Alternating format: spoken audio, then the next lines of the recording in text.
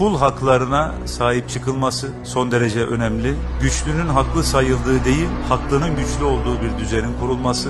Yargıya siyasi müdahalenin asla ve asla olmaması. Biz 28 Şubat döneminde yargıya müdahaleden yakınıyorduk. Ama şimdi geldiğimiz noktada tekrardan yargıya siyasi müdahalelerin, Beştepe vesayetinin maalesef etkisinin olduğunu görüyoruz. Önemli davalarda, ağır ceza davalarında Amerika'da olduğu gibi bir jüri sisteminin getirilmesi gene hedeflerimiz arasında. Yani böyle önemli bir kararı tek bir kişiye bırakmak yerine ortak bir karar, 3 kişilik, 5 kişilik, 7 kişilik bir jürinin oy çokluğuyla alması noktasında bir sistemin getirilmesi, hakimlerin vicdanla cüzdan arasına sıkışmasının önlenmesi ve yine çok önem verdiğimiz bir husus, mahkemelerin sürelerinin kısaltılması, adaletin zamanında tecelli etmesi ve böylelikle tutuklu yargılanmaların bir cezalandırma haline dönüşmemesi.